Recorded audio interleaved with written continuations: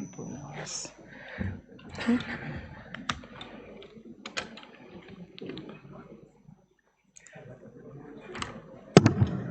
Good morning, colleagues, Your Excellencies, ladies and gentlemen.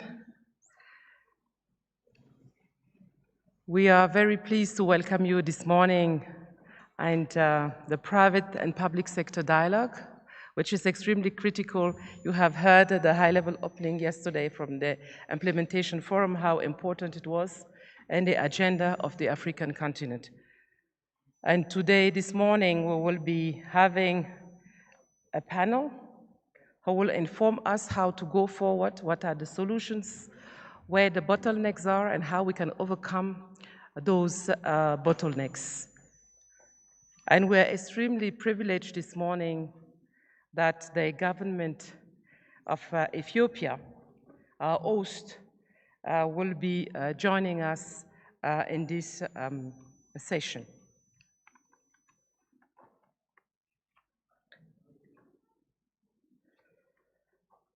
As you know, the informal sector is important in our continent.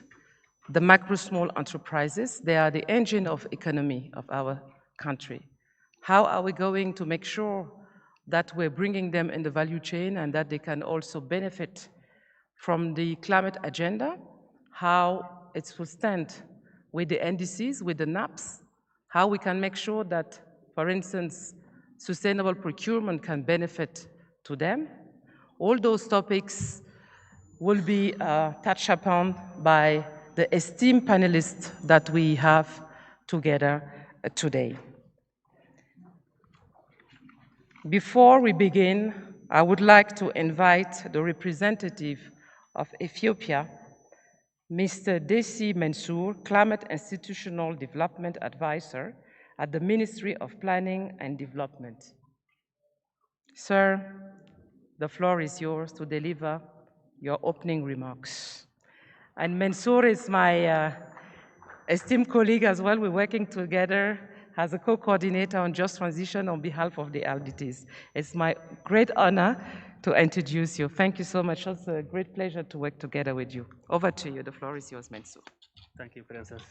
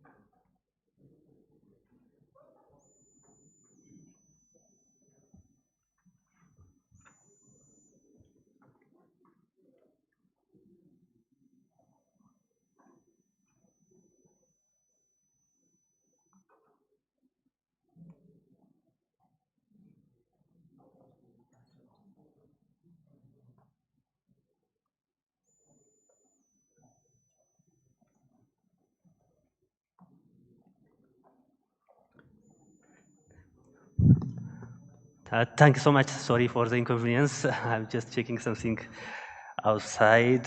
Someone is waiting me, so that's why.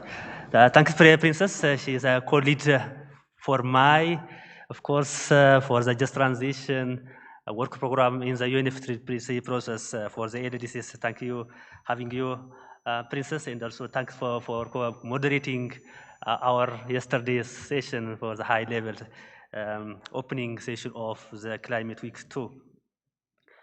Actually, I'm being here on behalf of His Excellency, Mr. Siyum Makonnen, who is the State Minister of Ministry of Planning and Development. He planned to until some minutes ago, but due to the very urgent mission he is receiving right now, he just delegated me to deliver his statement for you.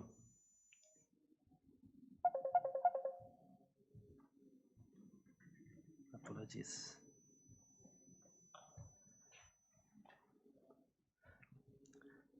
Excellencies, distinguished delegates, ladies and gentlemen, all protocols observed. It's a great privilege on behalf of the government of Ethiopia to welcome you to the Addis Ababa for the dialogue on catalyzing public-private partnership, especially investments for climate action in Africa, de-risking and scaling adaptation finance under the Paris Agreement.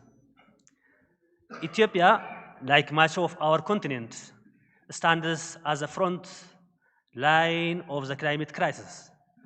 Our farmers face increasingly unpredictable rainfall, droughts and floods, disrupt livelihoods, strain water resources, and challenge food security. Sometimes our citizens are really migrating due to climate change. For our people, adaptation is not an abstract policy term, rather it is a daily struggle and an urgent necessity. That's why Ethiopia has long recognized the importance of linking climate action with sustainable development. Our climate resilient green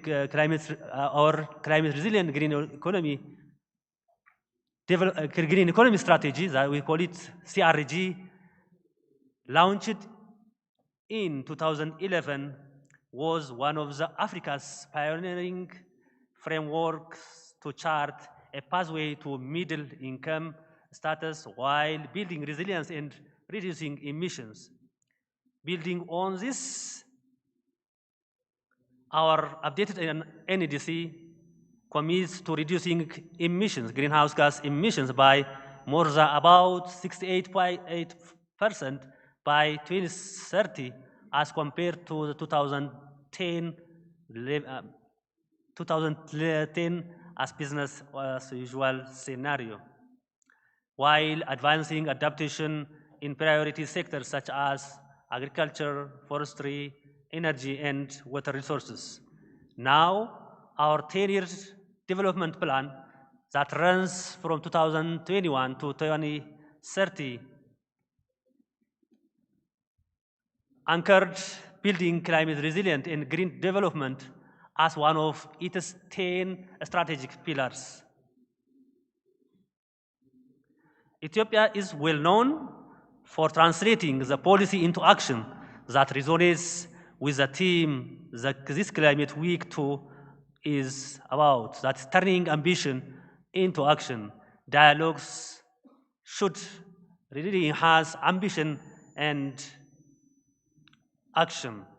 Financing for, and of course, this is also very linked with the upcoming second Climate Week, upcoming second Africa Climate Summit that will be held in the next week, which its theme is about accelerating global climate solutions, financing for Africa's resilient and green development.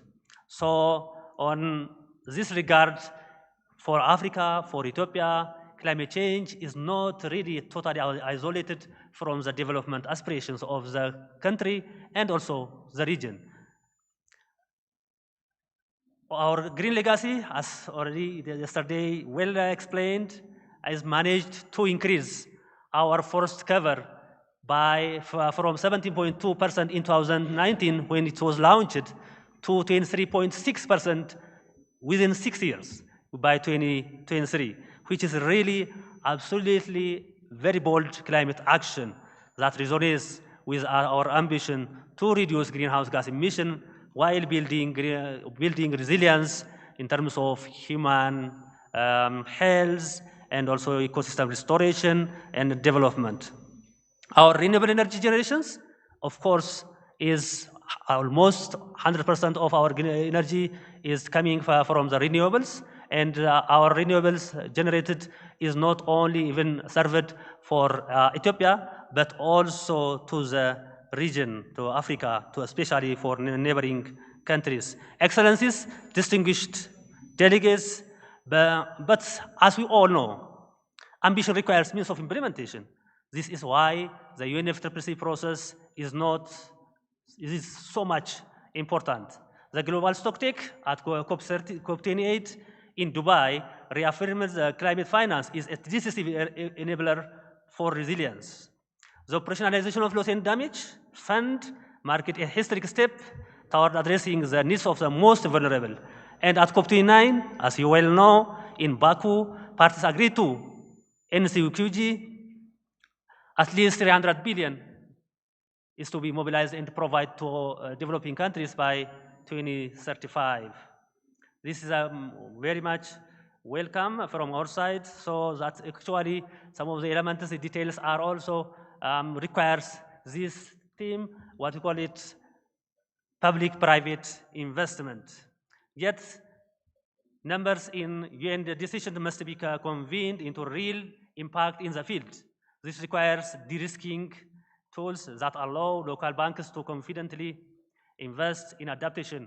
I think I saw from the program one of our bank managers will also speak if he's available, so he will tell you a lot about how Ethiopia is also very committed for private finance and public-private partnership, especially the pipelines in terms of SME, small and medium enterprise, is very, very relevant for Ethiopia and also especially for Africa and all, especially all the least developing countries. That's why we also advocate for considering SMEs for just transitions and etc. To fill the gap in climate finance, the public-private partnership would be one of the avenue for addressing the finance needs. In Ethiopia, we prioritize this matter as one of the 5 strategic issues in homegrown agenda, development agenda, that was now we are implementing on. That is actually complement with innovation, ICT, and etc. The private sector is one of the critical issue that the top government is considering and working on that one. That's why we are reopening our economy to have very good working environment for the private sector investment. By the way, one of the key agenda issues that will be discussed in the next week or at the Second Africa Climate Week will be climate finance. That will also climate finance in all its form, including the reform, the grant-based, as well as investment and private sector, etc. So that's very important that you need to also stay until next week so that you will contribute a lot in that regard. This dialogue, especially today's dialogue, is an opportunity to build that bridge from the multilateral signals of the UNFCCC to practical realities of African economies. It is a chance to forge stronger partnerships between governments, development banks, philanthropies, foundations, private investors. And it is a moment to demonstrate that Africa is not just a victim of climate change, but also a leader in solutions that are local, innovative, and reliable. I warmly invite you to go through this to look at how public-private partnership is really working. Even this convention center is a part of actually managed and built with the public-private partnership. You can just go through and also request some clarification about how it works for this regard. This is one of the issues that we can exemplify in this regard. I thank you so much.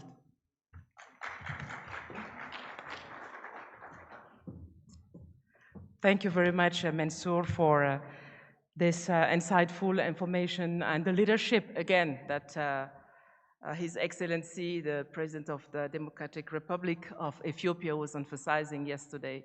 And leadership matters, target, vision, and implement. This is very important. And of course, you have emphasized how important the partners, the diversity of a kind of package of portfolio of financing that is needed coming from philanthropy, from MDBs, commercial bank, cooperative banks.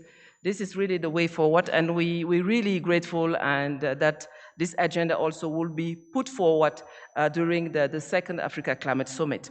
So we also graced by the presence today by with Sophie de Koning, who's the director of the Means of Implementation Division. And what you need to know about Sophie is somebody who's from the field. She has over decades of experience in Africa implementation, and we really would benefit from her experience as well. Myself, as a co-chair of the Paris Committee on Capacity Building, that is part of her division, we are benefiting from her expertise. Without further ado, Sophie, you have the floor.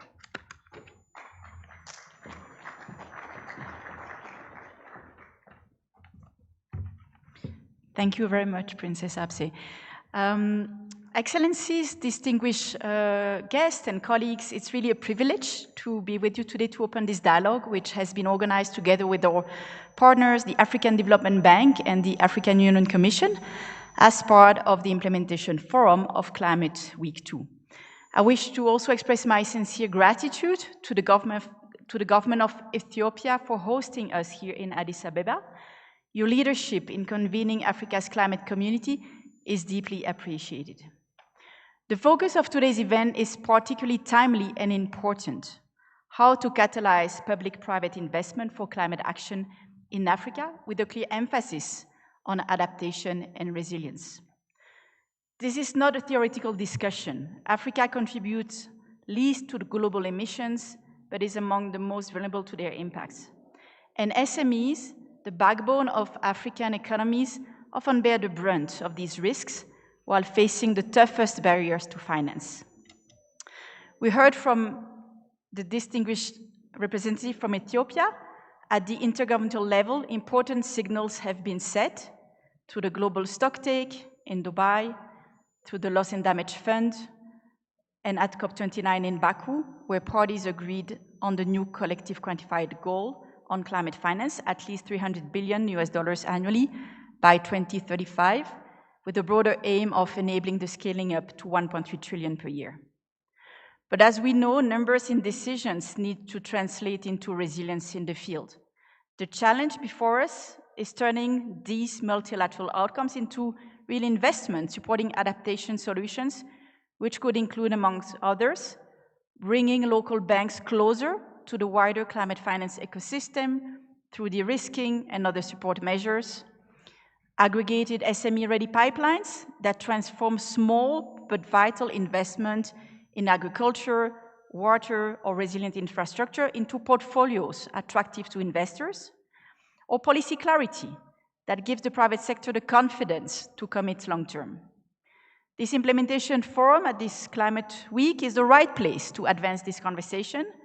Together with all of you, public institutions, private innovators, and development partners gathered here today, we can move from pledges to transactions, from pilots to scalable models, and from generic statements to targeted shared solutions. On behalf of the UNFCCC Secretariat, I look forward to today's dialogue and to working with the African Development Bank, the African Union Commission, and all of you to ensure that the multilateral signals from Dubai and Baku translate into real resilience for African communities and economies. Thank you.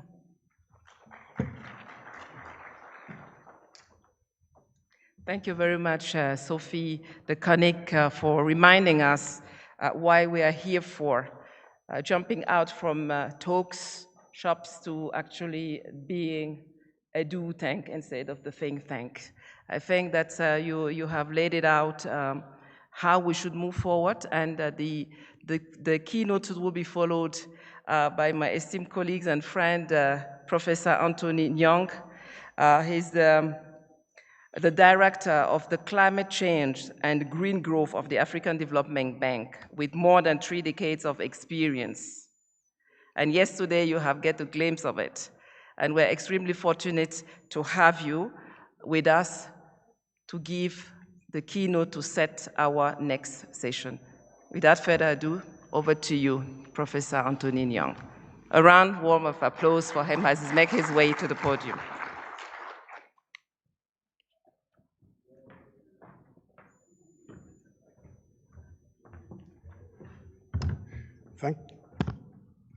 Thank you very much, Princess, and thanks, colleague. Yesterday, I spoke last, and I said one of the beauties of speaking last is that you stand on protocols that have already been set.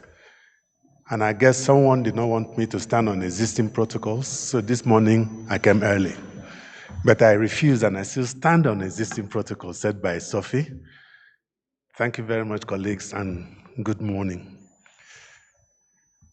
It's indeed a pleasure to be here in this very important meeting organized by the UNFCCC, supported by the African Union and the African Development Bank. It's quite important that it's coming at a very critical time where we are just days before the second Africa Climate Summit, where Africa again will consolidate its voice in global climate action. I want to really acknowledge the contributions of the government of Ethiopia in leading the way in addressing issues of resilience and climate change generally.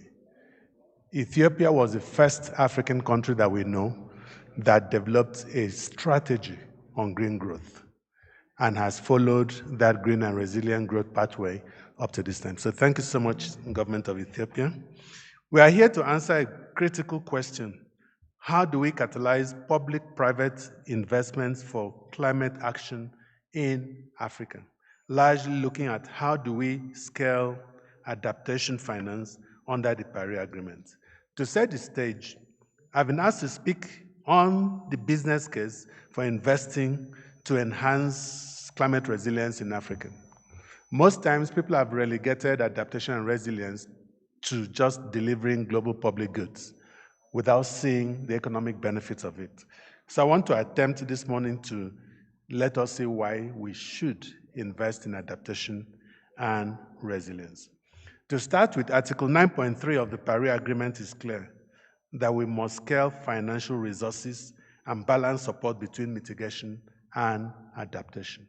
We know that currently about 90% of our resources, climate resources, go to mitigation, 5% to adaptation, 5% to co-benefits. This is not helpful to countries like those in Africa that contribute very little and yet bear the brunt of the impact. I listened to a minister not long ago that says, Tony, we lack capacity. We even lack the capacity to pollute, even if we wanted to. We're not saying we want to. We're a low-emitting continent. We are going to do all we can to keep it a low-emitting continent. So Africa's adaptation needs are immense. It's estimated to be about 580 billion between 2020 and 2030. 2030 is not far. It's just around the corner. And we have an estimated annual financing gap of over $43 billion annually. While no single institution can meet this need, the African Development Bank has stepped forward. And having stepped forward, we've seen so many others that have also joined us. But there's still a lot more to be done. The African Development Bank, between 2020 and 2024, devoted on average 45% of its investments towards climate finance.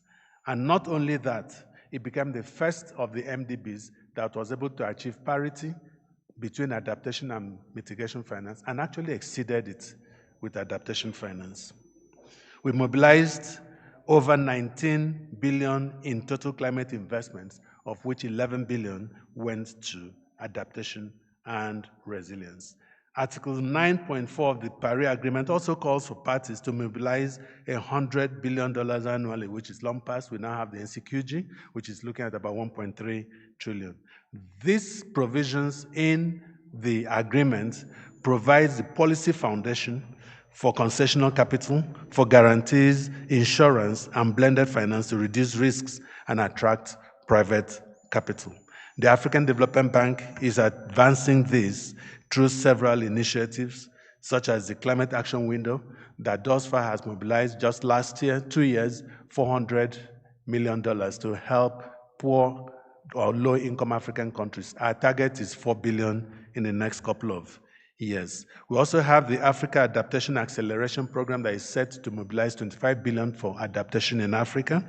And we have the Adaptation Benefits Mechanism listed in Article, I think, 8.2 as a non-market-based mechanism. This is homegrown within the bank itself to provide resources for the private sector to get into resilience. And then we also have the Africa Climate Risk Insurance Framework for Adaptation. So why does investing in resilience matter? Why is the bank doing all this? So let me share 3 reasons why investing in resilience in Africa is both a moral imperative and a commercial opportunity. The first reason is that it protects and grows economies. Africa is home to many of the world's fastest growing economies. In 2024, half of the top 20 were African.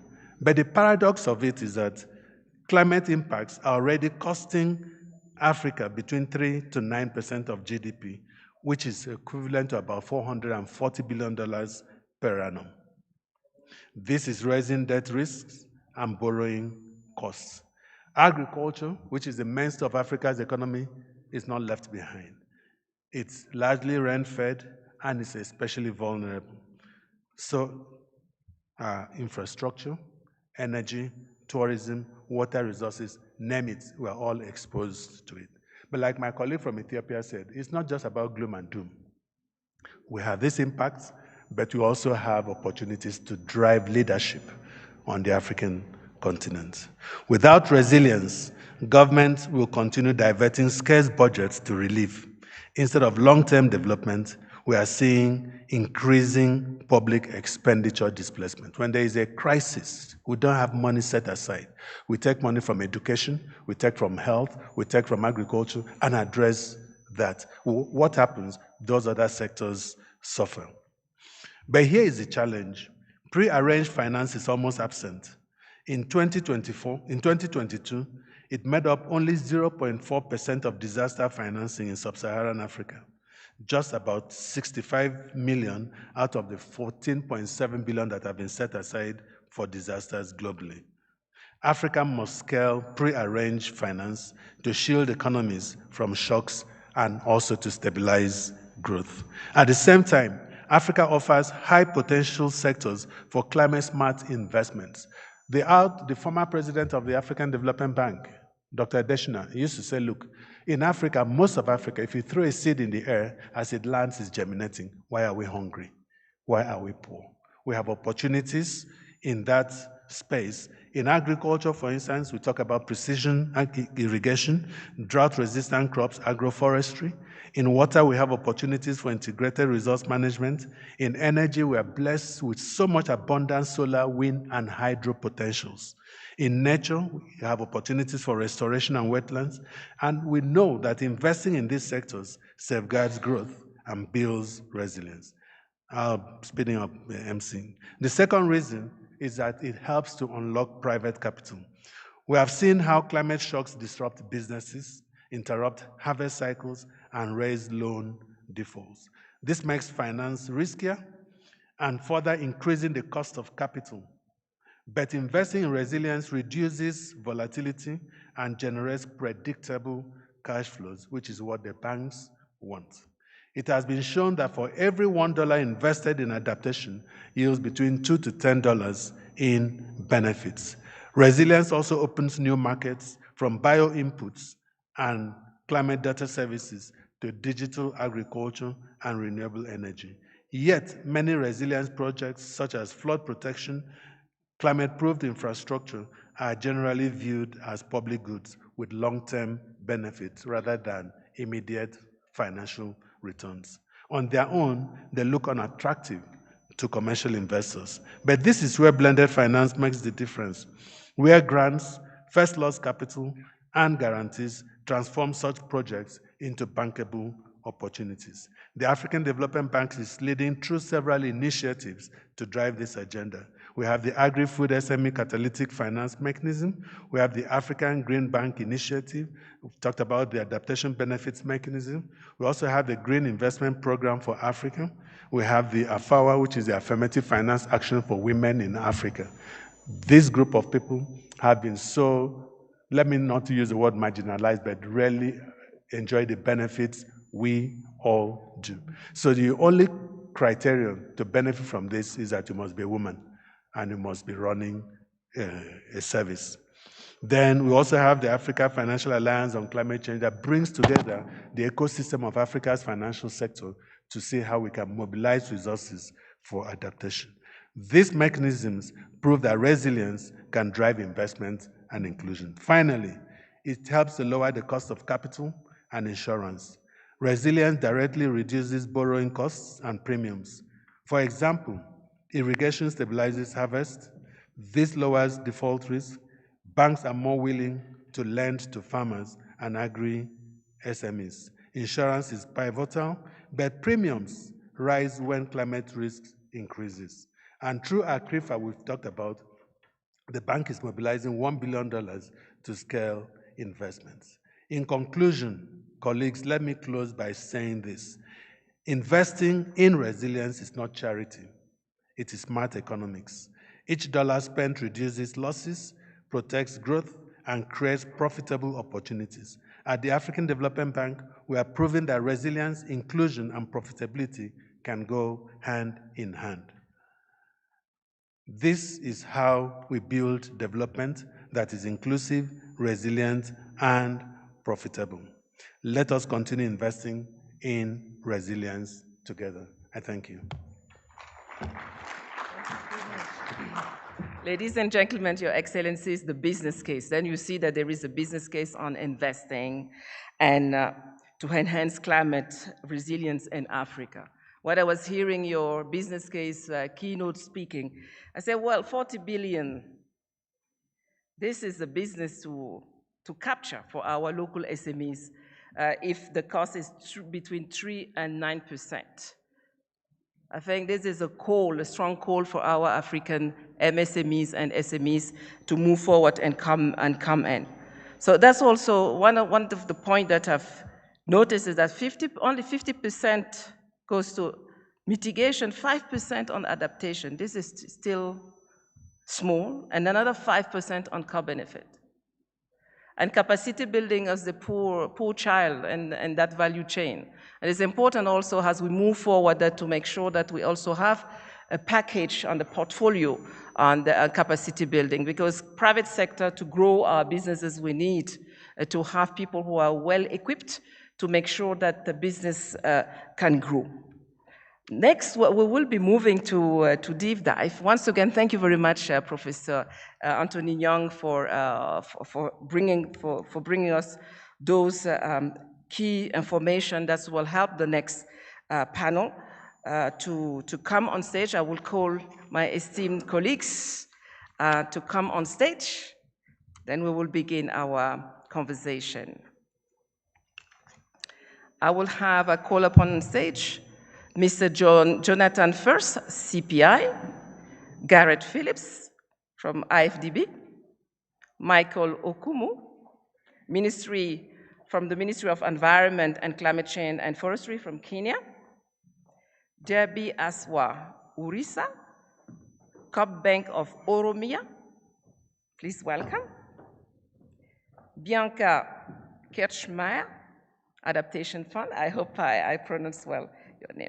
Last but not least, Dane McQueen, Gate Foundation. Please join me on stage. A warm round of applause for our esteemed colleagues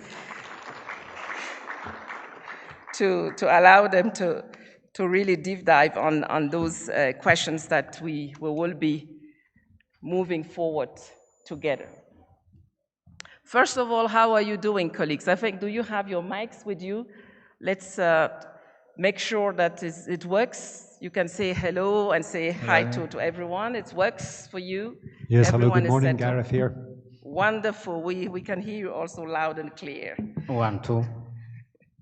So you have heard the keynote. You have heard also from the Secretariat where we stand. And the objective of our conversation on this panel, we have a wealth of expertise in all of your fields.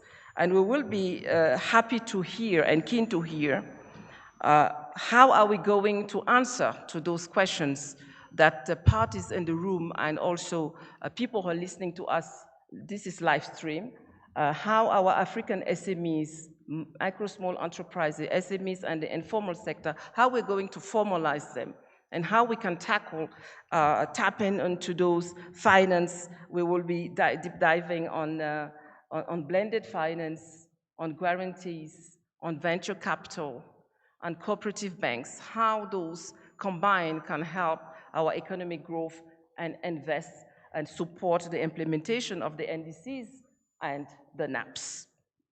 So I will start with you. So your name is really suited. Jonathan first. Of course you come first, right? And you will have 2 minutes for the first to answer. I encourage all of you, if you can do shorter. The objective is also to capture the experience also and input from our audience who would like to have a conversation, a dynamic conversation with our audience and hear from them and to support you also on serving better your services to them. What blended finance structures have been most effective in mobilizing private capital for climate adaptation, and how can they be tailored to address Africa-specific risks such as currency volatility, regulatory uncertainty, and I said it before, informal sector. Over to you. 2 minutes, remember. Thanks very much. I think you took my first and second question and put them together. So I'll have to speak very quickly. Right, so very quickly, for some context, I'm sure you're aware of this, but only 3 to 4% of global climate finance lands up in Africa. Fossil fuels investment still exceeds climate finance by 1.6 times. And the third, which is the most interesting, is that the domestic saving pools in Africa exceed $2.4 trillion, but very little of that is invested in projects, climate projects in Africa. So in terms of the blended finance, I rather want to talk about principles as opposed to structures. Number one, most important, the blended finance structure approach must be grounded in the pipeline of projects. You first develop the pipeline of projects, you make sure they're investable, and then you decide on the blended finance structure. Secondly, guarantees. We don't have enough guarantees. Blended finance structures should be grounded in guarantees. Third principle, development finance. It must crowd in, not crowd out, private sector funding. Far too often we see it crowding out private sector funding. And then lastly, most importantly, grant finance must be used for two things, I believe, and two things only. One, to develop the investable pipeline, and two, for capacity building. It should not form part of a financial structure. And those are sort of the principles that I apply in developing financial structures which talk to whether it be adaptation or mitigation. Thanks very much. Thank you very much. That was, yeah, you keep up the time, and I fully agree we need to crowd in and not crowd out. And thank you for picking up the poor baby of the capacity building. It's very important. So second, Garrett Phillips from the African Development Bank. We just heard from your boss, right?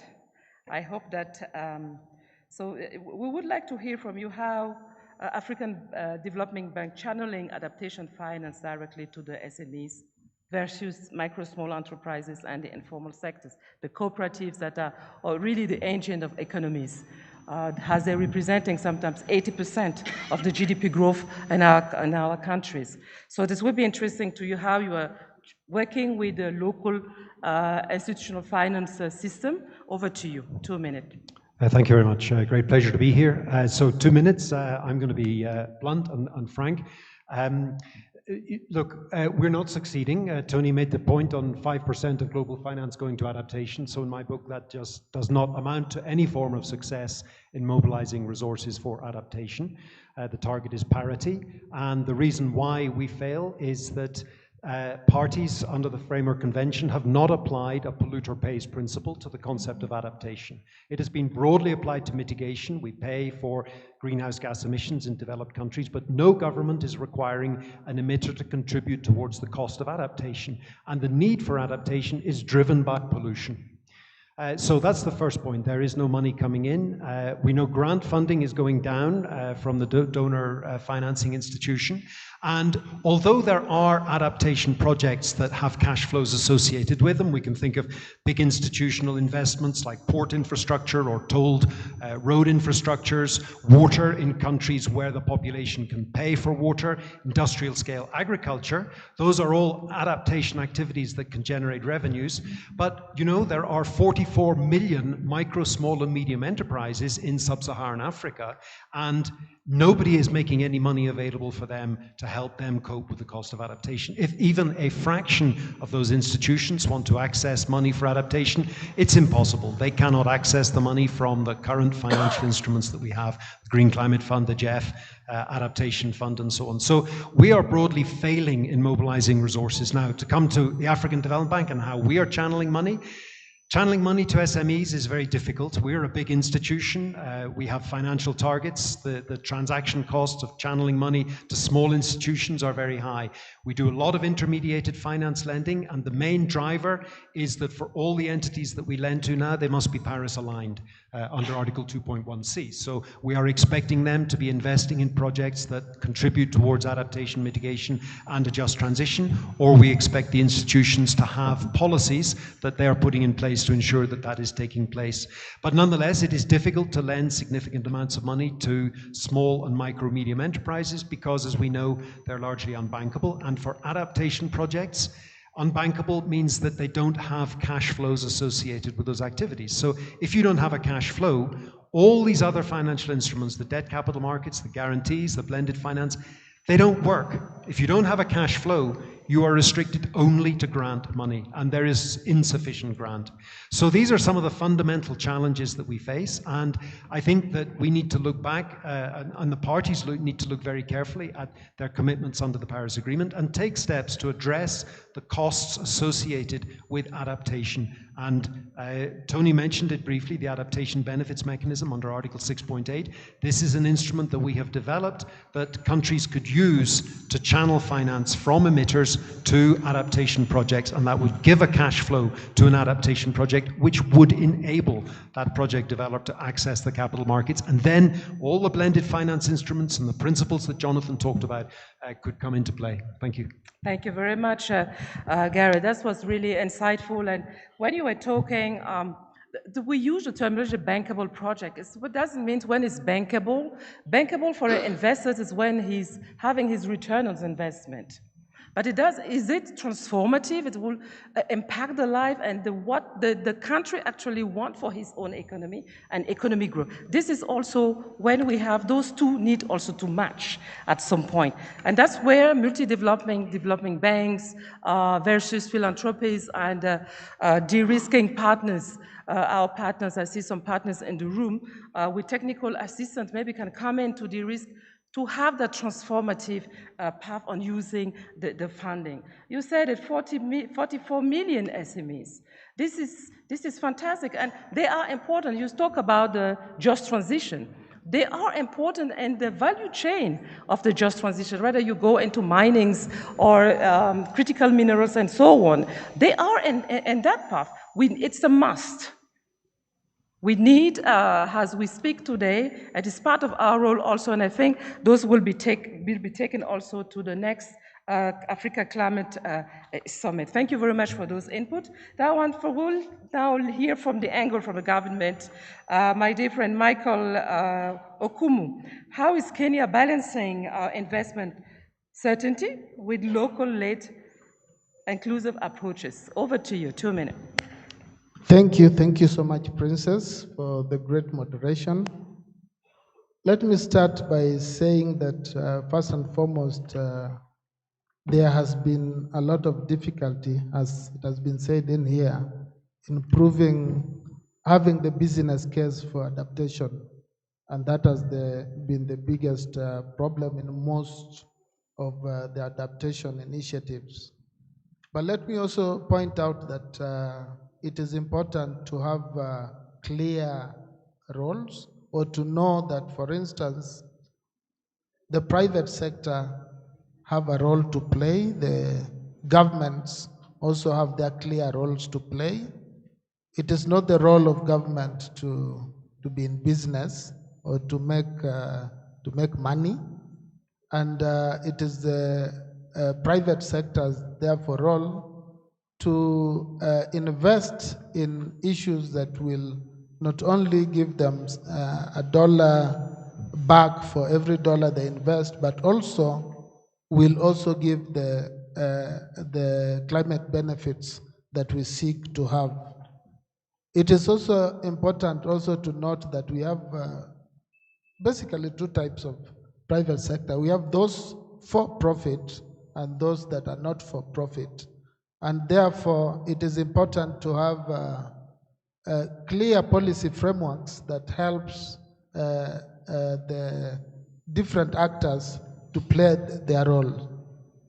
In Kenya, for instance, what we've done is to have clear legal and institutional frameworks to help us put into place each and every player's role clearly.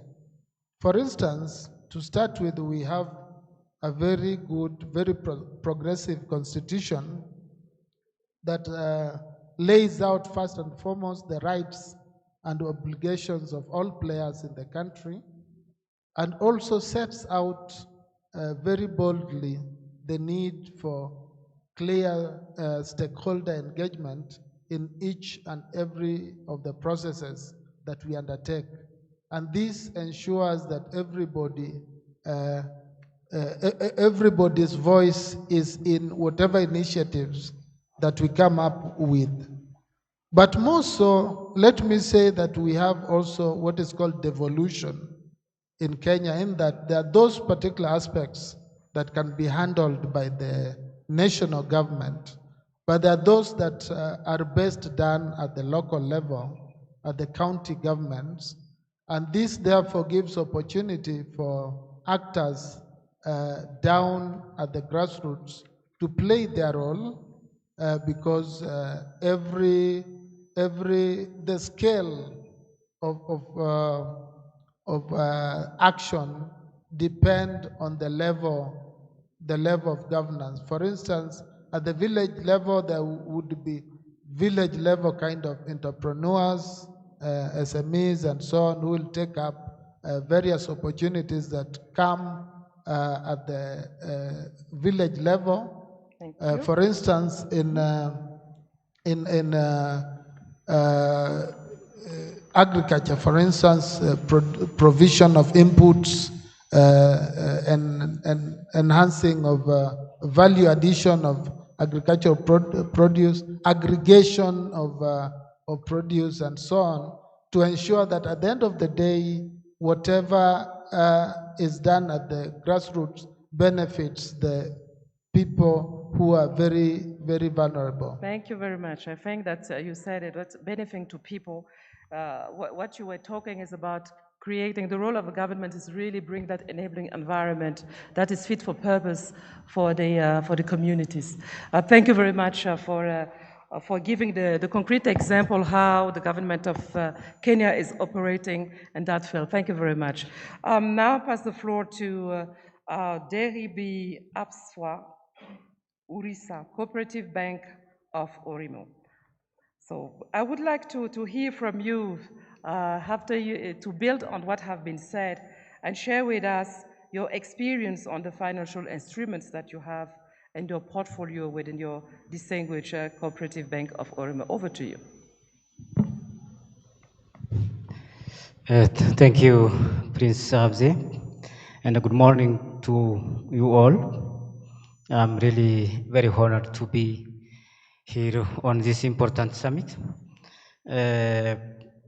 Financial instruments are very crucial for de-risking climate adaptation lending for banks and to make resilient smallholding farmers as well as micro businesses, MSMEs. I can say the following 3 or 4 important financial instruments, let's say public guarantee and risk-sharing facilities. This is very vital to reduce credit and making banks more willing to lend to smallholding farmers, those who have lack of collaterals as we have practiced in traditional banking. So we have started one credit de-risking sharing with MasterCard Foundation. And the other instrument is climate-linked insurance, as Professor Antoni mentioned earlier.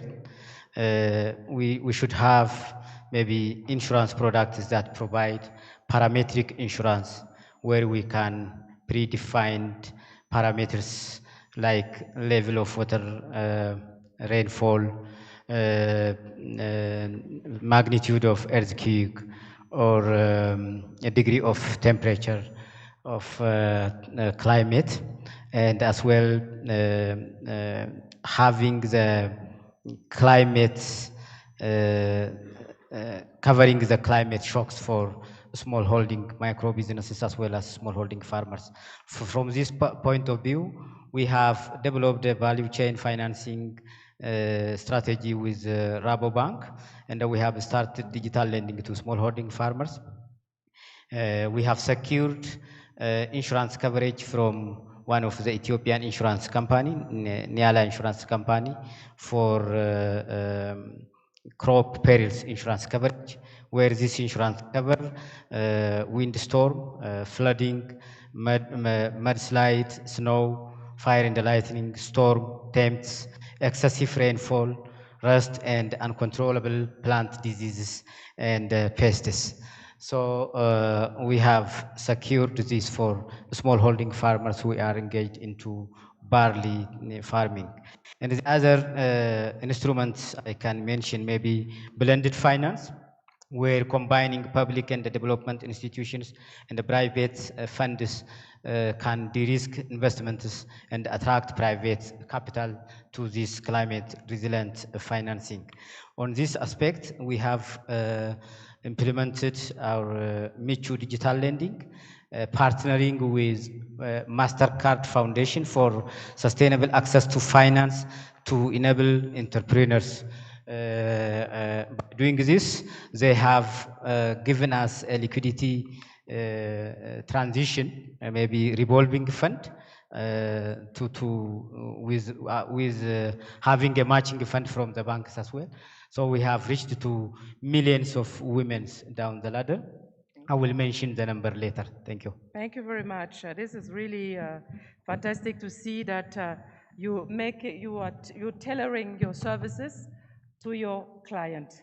That is very important, and to see also the importance of the insurance, how it also can enable you to have partnerships such like with the Rabobank.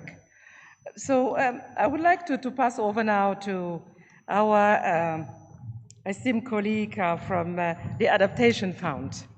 The Adaptation Fund, you have heard how important they are and also how little money they get to fulfill their commitment.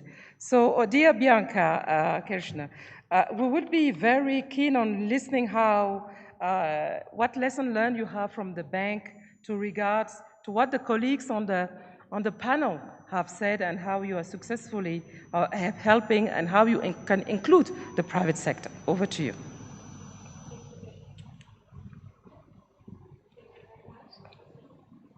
The mic, colleagues, please, from our colleagues. You can take thank you. Thank you very much, Princess Abde. We are very pleased to be here as the Adaptation Fund on this important panel because indeed we use these scarce grant-based public resources that we get in a very catalytic way, and we have learned how to do that over the past 18 years in order to promote the topics that we're talking about today, de-risking, innovation, and scale-up. And there is a lot of potential for project scale-up. We do have a lot of successful examples from our own portfolio, which at the moment is 1.4 billion US dollars in adaptation, over 200 adaptation projects, and the largest share is actually in Africa. And a lot of them we see are being scaled up, and a lot of them are involving the private sector. However, really reaching this scale, we agree, is the key challenge over the next 5 years. And I would also like to mention that from the outset, the Adaptation Fund was set up in a unique way to also receive not only public sector contributions from governments, but also private sector contributions from foundations, philanthropy, and of course from innovative sources such as international carbon market levies. And the fund channels them to concrete adaptation projects in the most vulnerable communities on the ground. And these investments are very important to pilot activities, generate lessons on what works, what doesn't, and thereby de-risking future investments by other investors, including the private sector. And at the project level, across the fund's portfolio, we see many examples of how they engage local private sector and SMEs by demonstrating revenue-generating business models, income-generating activities, and thereby creating climate-resilient livelihoods. And this spans sectors all across, from food security to water management, ecosystem-based adaptation, and many more. And this also contributes to long-term financial sustainability of projects, and we see that these are most impactful if they also include actors that are not usually included in traditional finance, such as women and youth-led businesses and enterprises, indigenous peoples, and so on. And finally, I would like to mention that so while all of our projects do this de-risking and paving the way for scale-up, and we've actually even seen examples at this event, at the Pan-African Marketplace, where we saw where a regional adaptation fund project in the Lake Victoria Basin with an initial 5 million investment is now being scaled up by the GCF for 90 million investment. But of course, also the question is, how can the private sector come in and scale up these very, very impactful, successful projects that we're implementing? And because of this, we have set up an innovation facility that provides dedicated grants for activities that have higher risk for failure and can deliver a proof of concept for investors to come in. Thank you very much. Thank you very much, Bianca. This really gives me the opportunity to build on what you're saying, how important de-risking is, and that where the philanthropies can come in and support de-risking. And it's also good to see that the private sector is playing his role with the corporate social responsibility, and how you leverage also on the carbon market to make sure that part of that amount is going. And so I'm pledging here also, as the co-chair of the Paris Committee on Capacity Building, how also we can capture that part of that amount as well to go to capacity building. So when we look forward to continue the collaboration with the Adaptation Fund. So it's my esteemed pleasure, great pleasure now to pass the floor to Dean McQueen from the Gate Foundation, Philanthropy and Invest for the Investor, and the Perspective and Philanthropy. So we'll be keen on knowing how the philanthropy capital best de-risk adaptation finance at the early stage, and also how also you could support the consensual co-financing. This is really critical for us. So I would also, I noticed that in all your answers, you more or less captured all, and I would like also to get the time to go to our next one, unless I will give maybe 30 seconds if you have a burning additional point from the other colleagues. And I invite also our esteemed colleagues in the room to write down their questions or contribution that they would like after the session we will be putting it. Thank you for allowing me this. Over to you. Yeah.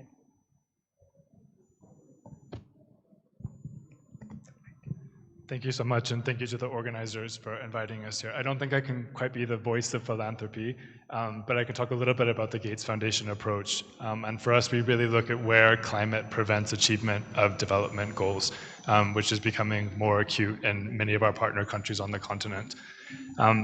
And our use of capital is mostly around eating risk, and that is in the innovation space in particular. We do a lot of technology development and in research. So I just want to provide 3 concrete examples that we're bringing to Africa Climate Summit and to COP30. So first is in agriculture, where the climate impacts are very well understood and documented now. Most of my team is actually at the Africa Food Systems Forum in Dakar today, working on a package of about 7 technology areas with African R&D institutions, such as climate resilient, water efficient crops, biofertilizers, AI advisory services, et cetera. And we're putting together a consortium, which we'll announce at COP30, where we'll bring different policy and finance levers for a kind of multi-year deployment strategy focused on smallholder farmers. On the health side, we really look at malaria and maternal health as our main entry points for climate impacts, where it's very, very material. So the foundation funded some of the research that modeled how malaria will spread across the African continent, the 500,000 extra deaths that it would cause over a 20-year period, and then is looking at what are the kind of interventions like insect repellents or rainfall predictive analytics that can be brought to bear on this challenge. And we're doing a kind of similar pipeline development on maternal health, looking at neonatal supplements and again AI advisory services for pregnant women as part of the solution. And then the third point would be on it's a kind of rebranding of adaptation. It was really great to hear Tony and Gareth from AfDB raise these points. It's often perceived as charity or that it's a bit further away. And we've put together a consortium of about 15 think tanks and analysts, including many from the continent, to generate new evidence of what do you actually get for your adaptation investments. And the findings, which we'll start previewing over the next couple of months, are very compelling around macroeconomic stability, financial returns in some sectors, job creation. So we're trying to, I guess, bring a kind of new narrative about what adaptation is and why more capital can be allocated to it from a variety of sources. Thank you. Thank you very much. I think that you went into concrete proposal how your institution is acting on the field. And research on development, it is important. Yesterday, I have been privileged on moderating a session where I touched upon the intellectual property part, because when you touch upon technology, our youth are also our solution providers. When you talk about co-creation, it's come up also with shared IPR. And those also, that is a point that we need to, as a policy makers, designers, that we make sure that the creativity of the African continent, the youth as well, has at the beginning of at the opening from our host was saying Africa is not looking for charity, but for partnership with a shared value. I think that is we invite our esteemed partners to start thinking and framing the partnership in this way. Thank you so much again for that fantastic. I was asking if any one of you has another point that he think he didn't raise, but for my side, you have captured the perspectives, but I give you 1 more minute for anyone who want to add something. Please, first.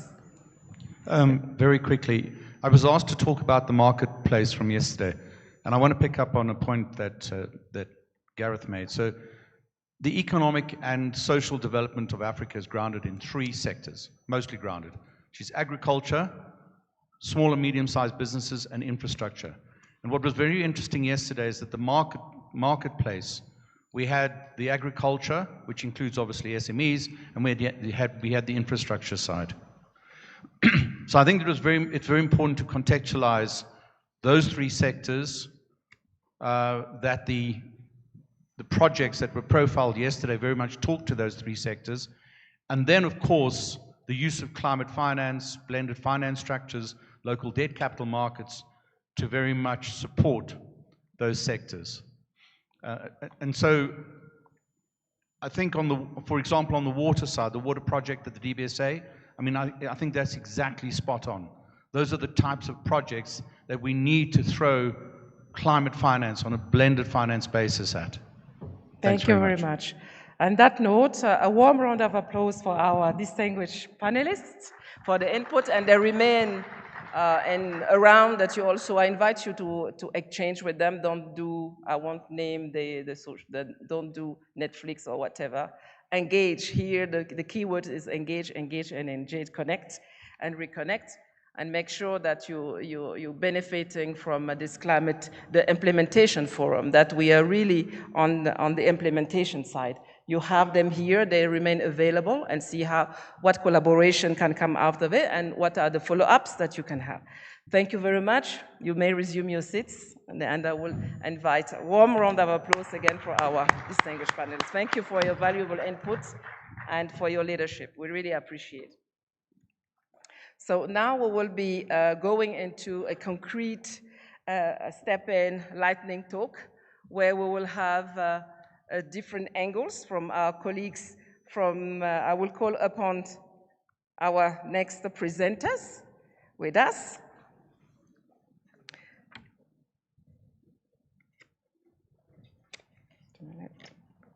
I have Scott Hodgkin from the Africa Climate Ventures, Komlavi Moklo from the BOAD, the West African Development Bank, and Keep Cool. He will let us know how cool it is. We just want to have you on stage, make your way. And are they in the room? Please come forward. Take your seats.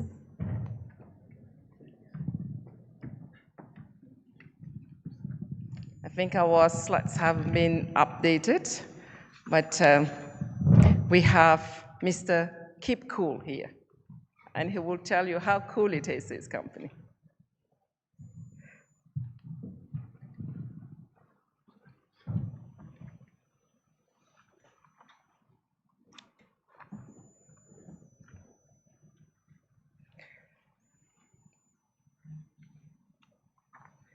As I was saying, we will be deep diving into presentation we have heard from our bankers, from our financial mechanism, from the UNFCCC system. And now it's important to deep dive in how the concrete examples, how a multilateral development bank at the regional level is working, making sure that the country can make progress. So before we start, I would like to start with you, Scott, from the principal at the African Ventures. So let us know what are how you can we can showcase what you're doing. So over to you. Thank you. By way of introduction, I'm a principal at Africa Climate Ventures. We are an early stage investor and venture builder in climate-focused businesses on the continent. And from an adaptation area there, a big focus of our portfolio and pipeline is in agriculture and alternative foods, where a lot of those businesses are looking at soil amendments that are support climate resilience amongst farmers, or alternative forms of protein that are more stable when it comes to dealing with different climate sort of risks. I can give an example of how we've used an innovative tool to raise capital. We're in the process of raising right now, and what we did was we created a 2 layers of capital, where there's a commercial layer, and that is where we're looking to banks on the continent or international, very much commercial first investors that are still have an appetite for climate in Africa. And then we've got a second layer of capital, and that is very much more impact oriented. It's going towards investors who are saying, look, we we want to make some money, we want to do a return, but we understand that we need to take on the risk to do this sort of stuff. And the way our layers work is, in the very terrible event that we don't make money, that we lose a lot of money, and we're unable to return all of the capital to our investors, the first level capital, the commercial layer will get their money back first. And it's proved already to be a very useful tool. It's a way to show, look, we're taking your downside risk seriously. We recognize that this is a risky space. There's a lot going on in the world, and we're doing what we can. And so I think that's just a very practical tool that is becoming increasingly common, and that we found very valuable in our fundraise this far. Yeah. I think in terms of scaling financing into adaptation and what we can do using these and similar tools, I echo some of what was said in the last panel around a big challenge being pipeline and projects that can actually absorb capital. A lot of your volumes of capital available are debt, right? You need to, and debt, you need to pay back your interest and your principal. Mm-hmm. And to do that, you need projects that can do that. And obviously part of that is having an offtake. But it's also all the other things. It's making sure that it's structured well, that if things go slightly wrong, there's a buffer, that your team has got good skills, they can operate, that your technology, whatever it is, works, and that's often an issue when you're trying to do new things to solve new challenges. With that, you need, how do you get projects that can get to the point that they can absorb capital and satisfy all these conditions, while under pressure to get all of them done now. And for us, it comes back to the point of, well, what are the different intermediaries and instruments that can say, let's give runway to the teams. Let's provide some TA capital to some folks doing an innovative biodiversity project, or provide the equity to folks that are looking at a mycelium alternative that lets them build up their first facility without having to get too much debt, right? But then they can scale on the debt afterwards. And so it's really looking at what is those higher risk sort of tools that can allow that innovation and allow the projects to mature to the point that they can absorb the big capital. And that's really where our focus is on, and where I think there's room for a lot more work. Thank you very much. Thank you for highlighting that. And what you were saying is that what pops into my mind is that there is a capital, but the companies that you're working with has the difficulties to absorb it. That is so, but we will be looking at it, and then the panel, I'm confident that colleagues will build on it.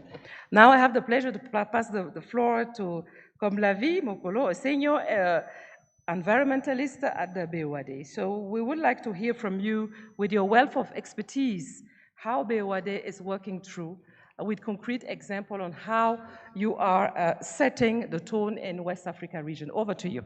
Thank you very much. I think due to time, I wouldn't cover all the pages on my slides, but much appreciated. I'll just go to the You have a lot of experience. You don't need your slides. Just craft it. All right. So at BOAD, I think our approach to climate adaptation really blends various sources of finance. So we have the climate funds, the various climate funds that we work with and we are accredited to, namely the GCF, the Adaptation Fund, and also the GEF. And coupled with that, we also try to work with philanthropic funds, although sometimes they're very hard to get, and I must say that. So we welcome some of the messages that were shared here by the Gate Foundation, and we hope to partner on that later on. Again, this approach really has been particularly effective in scaling up agriculture, for example, in our region. We use concessionality to improve the overall projects while with private partners and agri firms and irrigation providers. We are helping them exactly to carefully design and helping to de-risk their project. Next slide, please. So some of the tools that we use, as you could see, we have the concessionalities, basically from the climate funds. We have guarantees that we provide as well, with risk sharing guarantees from multilateral funds. We reduce the accrued risk for commercial lenders as well. and encourage their participation mostly. So we have the grant component as well, which helps with the, again, project feasibilities, capacity building, initial technical assistance to de-risk project preparation and implementation stages. And the currency and policy risk mitigation, again, is something that we provide through the donor-supported risk-sharing facilities that we have, is in order to mitigate the exchange rate volatility, and policy risk. We also have a first loss capital, basically, which is made up of, again, grants and donor-based funds to initially take the first losses in projects that we cover. As a concrete example, you know, recently in 2024 we had a project with the GCF, total amount of 52.8 million US, with a grant of 44 from the GCF, and co-financing of 844 from the Wyoming Commission, and also some grants in kind countries. Some of the tools that were used, again, are grants, as first loss capital. Next was the performance-based climate risk grants, which helped us to de-risk local government investments by covering the incremental cost of climate proofing infrastructure, agriculture, and water health interventions. Reimbursable and revolving grants, again, that is purely dedicated to the project preparation aspect, and the technical assistance, which we provided to SMEs and local government in order to make their project bankable. Risk committees and dual key approval were also used with investment committees that were set up, and the climate adaptation rationale that was designed to, first of all, meet all the requirements of the GCF. We also used the political and institutional risk mitigation tool, again, to embed performance-based climate resilience grants into intergovernmental fiscal transfer systems. So in a nutshell, I can say that, next one again, some of the approaches that we have concretely are grants and blended finance, risk-sharing mechanisms, a standardized governance approach that we have, and strong accountability that we put in place, including gender approaches that we have for our projects, and a phased institutionalization to build resilient, scalable system for climate adaptation and sustainable development. So those are some of the things that we are doing when it comes to concrete projects at BOAD. Again, there are various tools that we are using and we are developing over the years. And I think in the coming years as well, and in the next strategic plan that we have, you're going to have, you will see a lot of innovative tools that we are still going to propose. We are going to do more, and we are going to do better than what we did in the past. Thank you very much for giving us that insight. And also the last slide is really capturing what are the portfolio that you have, and the political risk side also is very important, and the Joliba action plan also that the BOAD is putting forward. It is very important. The revolving funds and the volatility, the currency, borrowing, also lending into local currency, that is very important, and I hope that the sessions also will take forward. So keep it cool. You have 1.5 minutes, so because I really want our audience to engage with us, because we'll have remain 20 minutes that I would like the room to exchange with us. Over to you, keep cool. Francis, of course, over to you. Thank you, Your Highness. My name is Francis. Besides being the Chief Baton Officer for this panel, I run a company called Keep It Cool. Keep It Cool is a climate tech company that is based in Nairobi, that is making cooling affordable and accessible to underserved communities in Eastern Africa. We have been operating Keep It Cool for the last 5 years. And we have operations specifically focusing on 2 value chains. One is the fish value chain in Lake Victoria Basin, and also Lake Turkana Basin. And also recently, we have expanded our solutions to also focus on the poultry value chain. We have been doing this in the last 5 years, and we have continued to build this solution and continue to impact close to over 5,000 farmers and fisher folks. And we have been able to reduce post-harvest losses from the farm to the plate by more than 98% compared to the status quo. And again, we are doing this using very affordable sources of energy. As you know, cold chain main cost is energy. And we're using solar refrigeration, setting up these cold hubs across Lake Victoria and across poultry farmers cooperatives, and also helping them in terms of market access. By doing so, we have not only been able to help them increase their income because now they can be able to get more money to their capital, and they can be able to invest even further. And one case example is we started with this woman who was doing about 500 birds, and through our intervention by setting up this cold storage for her and also trying to help her find market access, she had been able now to do about 2,000 birds. And these are some of the stories that you want, and because she is now able to support her family and also expand her business.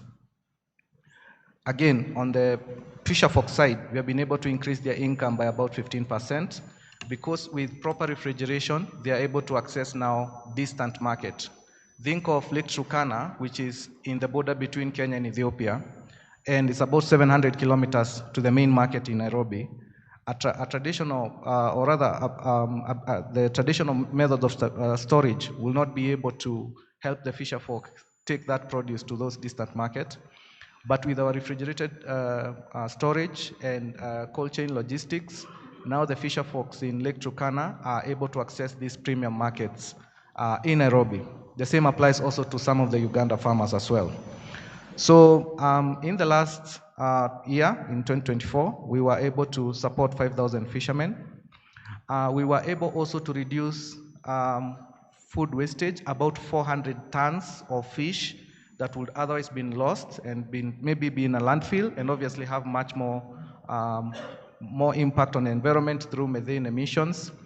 And by doing so, again, we have been able to be recognized. We won the Alshot Prize 2024 for Build Free Waste category, and we are looking to onboard more and more investors. I'm happy to hear what Bianca was speaking about, so that we can accelerate our impact to other parts of Africa. And yeah, so looking forward to interact with people who are willing to come and accelerate our solution, and of course other entrepreneurs who are in the room. Thank you very much. Yeah. I think in that note, you said it all. You look for partners to come in. You have the African Development Bank, you have the BOAD. If you want to come into the West African market, what we understood is the working capital that you're missing, and also having a common regulatory framework that can allow you to deep dive into every country without minding that you need to comply in several places. So thank you very much for your inputs. It's really highly appreciated. We got a lot of insight about it, and I would like to open the floor as I promised. I will take 2 or 3 questions from the floor in the interest of time. And colleagues, you can address to any of the previous panelists, and they will come on stage to answer to you. Over to you, the floor is yours. Take the opportunity to contribute. The floor is open. Or like I do at the PCCB, if nobody raises hand, I sign it randomly. I recognize without my long distance, I think it might be Togo. Please, the floor is yours. We might go, it's just behind. The mic is coming to you.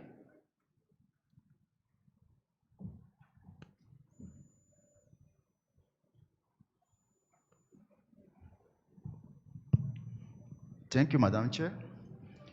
Thank you, presenter and panelists. Thank you very much for your presentation, which showed us that Africans should not be only a victim of climate change, but also a provider of innovative solutions to climate change problems. And we believe it too. However, I would like to make a remark. one observation.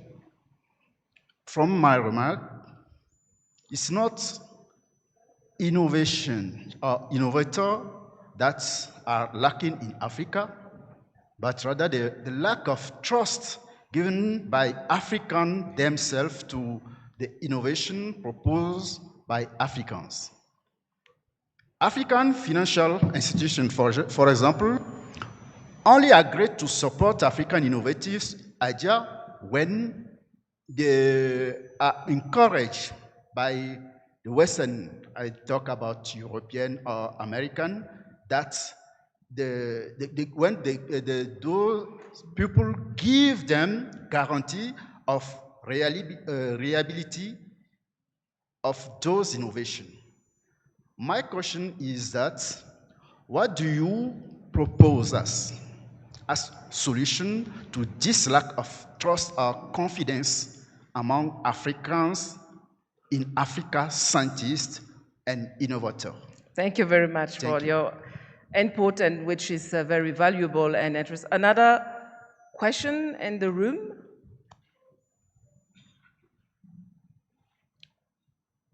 One, two, three. It seems that that's the only input that we have.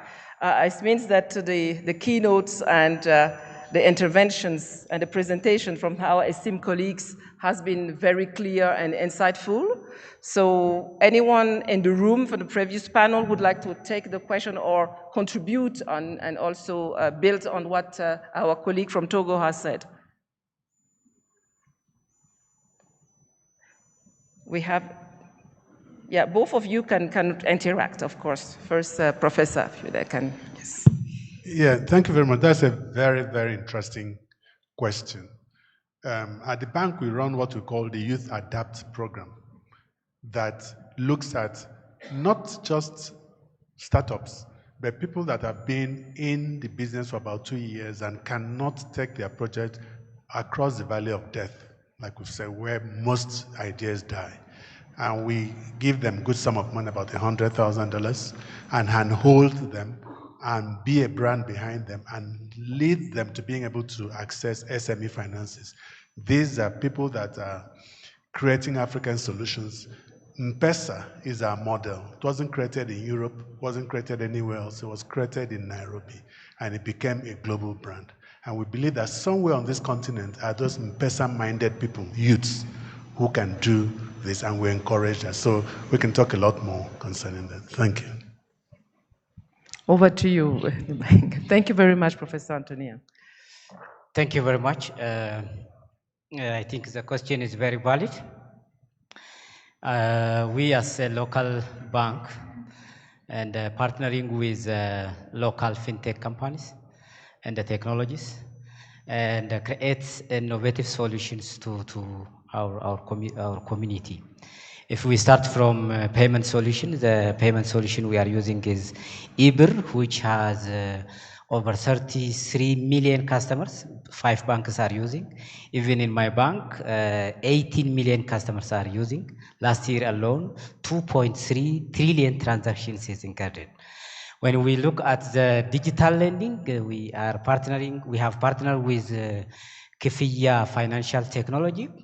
We have launched Michu Digital Lending, which we have granted a loan of over 2 million loan accounts, 33 billion birr in terms of prevailing exchange rates, close to 240 million birr to the MSMEs. And of course, partnering with MasterCard Foundation, as I mentioned earlier, we have started a year ago for that program, just like in September 2024. We have reached now 1.4 million loan accounts for women, 11 billion birr. So the local solutions, innovations, if the regulators are really creative, a conducive environment, supportive environment, and have a sandbox to implement innovative solutions down the ladders. So we have started the digital lending to the small holding farmers. All these are from African by African children, so we can work, we can see ourselves Thank you in this very much. aspect That as well. was Thank you. African for Africans. I think that is the answer. And you often say that decolonize the minds. It's about yourself. I think people are asking that question, but themselves, are they walking the talk? We need also to question ourselves. Are we really walking the talk? Are we trusting us? The colleagues here said that he put in place a sandbox to implement local solutions for the locals. In the same path in Burkina, you have what we call Sangpay. He checked the digital payment in Burkina Faso from something like 10 to 5%, it went back to 1%. That's what the creativity of our youth are doing. Take leadership, do the work. And I think that our panel have shown that the criticality of finding the right finance and putting it specially to channel it to the right people who's making the right work to improve the life of our citizens. That's what counts. At the end of the day, it's about the financing, it's about being people-centric. It's about economic growth. We have heard from the philanthropies, from the financial mechanism like the adaptation funds, from the African Development Bank, who was representing the multilaterals. We heard from the West African Development Bank, a regional one, what they can do, and how we can connect the dots. We need to connect the dots. Competition is not a problem. It is a solution. When you compete also, it's very sane. You can upgrade to serve best the communities. That is also the takeaway here that I'm seeing from our panel. It has been very enriching and very insightful. There is a lot of takeaway that the Secretariat has captured. And now we're coming to the closing. And I sincerely thank all of you for giving us the privilege of your time this morning to come and listen to our distinguished panelists. And now it's given me the pleasure to give the floor to the Secretariat, to our esteemed colleague, Alejandro Kilpatrick, who's the manager for capacity building on the division of means of implementation, to close the session. So before I allow my colleagues with your round of applause to resume their seat, thanks again for your leadership, and don't hesitate, Francis, to connect. You have the enabling environment here to find the working capital that you need to scale up your business. Thank you very much. Without further ado, the floor is yours, Alejandro. Thank you, Princess. Excellencies, distinguished delegates, colleagues, and friends, it is an honor for me to offer a few brief closing reflections on behalf of the UNFCCC Secretariat. Let me begin by expressing my gratitude to our co-organizers, the African Development Bank and the African Union Commission, and of course to the government of Ethiopia for their leadership in hosting us this week. Also a big word of thanks to our distinguished panelists and our providers of solutions. So their contributions have been excellent, and I think this dialogue has been quite rich in concretizing, showing concrete examples on how to catalyze public-private investments for climate action in Africa. Also, let me thank Her Royal Highness Princess Abse Jigma for guiding today's dialogue with such skill. Maybe a round of applause for our moderator. As our director of the Means of Implementation Division reminded us in the opening remarks, Africa contributes least to global emission, yet is among the most vulnerable to climate impacts. Small and medium-sized enterprises, as we heard in this dialogue, are the backbone of African economies and face the greatest risk while carrying the toughest barriers to finance. She also reminded us that while the Global Stocktake, the Loss and Damage Fund, and the new collective quantified goals signal a step forward, in ambition, numbers, and decisions are not yet resilient in the field. Our challenge, as we heard, is to translate those multilateral outcomes into concrete investments for adaptations. And we have heard Throughout the sessions in this second Climate Week, several consistent messages related to the topics discussed in the dialogue. For example, that countries and partners emphasize the need to scale up successful access approaches across all funds and to adapt strong single country projects for the regional level. We heard a lot through the marketplace that took place yesterday on the need, on the fact that readiness has proven its value, not only for preparing pipelines, but also through innovative regional readiness models. We have seen examples of rapid access at scale, providing lessons for peer exchange and cross-regional replication. Partners is reassuring that they're reaffirming their commitment while underlining that needs remain immense. Countries are calling for co-creation, co-development, and co-investment, together with sustained capacity building, as we heard here today, and technical assistance. There were also clear calls for sustainability and scalability. Projects must endure beyond a first grant and responsibly involve the private sector to assure continuity and impact. Today's dialogue added further depth to what's already been discussed, for example, in the marketplace. We heard clearly that de-risking instruments, blended finance models, and enabling regulatory frameworks are indispensable if we are to channel private capital into adaptation.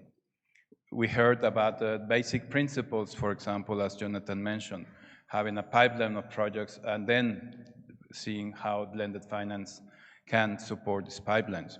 We saw real-world solutions from Scott, from Comlabi, and from Keep It Cool. We saw also the important role domestic banks like the Cooperative Bank of Oromia can play in easing collateral barriers to better forms aggregating SME projects, using digital lending, for example. We saw how regional development banks, as mentioned by colleagues Tony and Garrett, they're demonstrating how to make adaptation portfolios investable. Together, these insights point us towards a common conclusion. Africa has the ideas, the demand, and the commitment. What is needed now is for public and private actors to come closer together to unlock capital at the scale required, with governments providing clarity and enabling policies, financiers deploying the right instruments, and countries driving forward nationally determined and regionally coordinated priorities. Colleagues, let me close where Mrs. Sophie de Koning began. Our task is to move from pledges to transactions, from pilots to scalable platforms, and from generic concern to targeted shared risk management. If we can sustain the spirit of co-creation that has so far defined Climate Week, the second Climate Week here in Addis, then the pathways we have discussed here today, from the de-risking tools and readiness pipelines to regional progress and SME financing, we can deliver real resilience for African communities and economies. Thank you very much. Thank you very much, Alejandro, for those closing remarks. And let's mark the end of our fantastic session. And without breaking the protocol, I would like to invite all of our panelists and also the audience to come on stage and we take a family photo. Because this is historical as well, that we will remember how we are going to walk the talk, the implementation forum. So I would like to invite our esteemed panelists and the audience to come on stage with us here, that we have a family photo to illustrate that we will going to walk the talk. And together we are united and we can deliver. At the end of the day, it's about delivery. Come forward. Thank you once again for giving us the privilege of your time. Over to you, please. I look forward to work. Please don't be shy. Come forward. All the people in the room, come forward. Come forward. You are the implementers. Please come forward. We're going to have our family picture.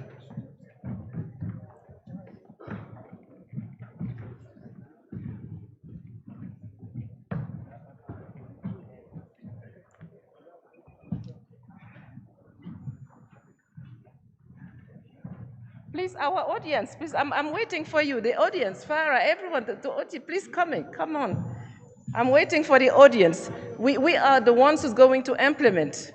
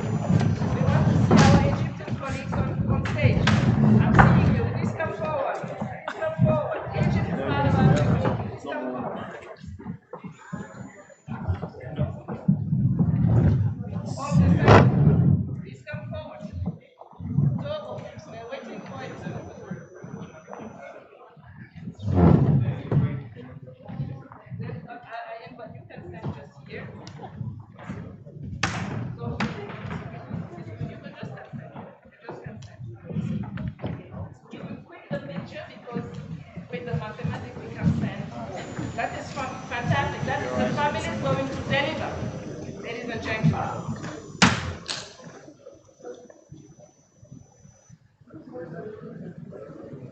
We say implementation. Implementation.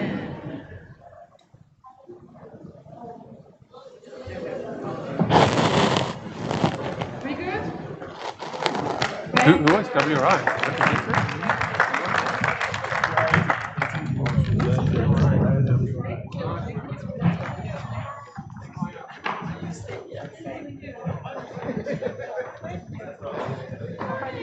Very good. Very nice.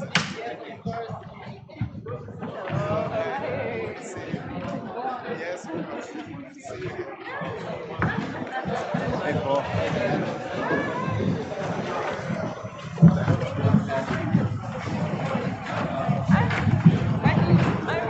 Thank you so much, and enjoy the rest of the implementations forum.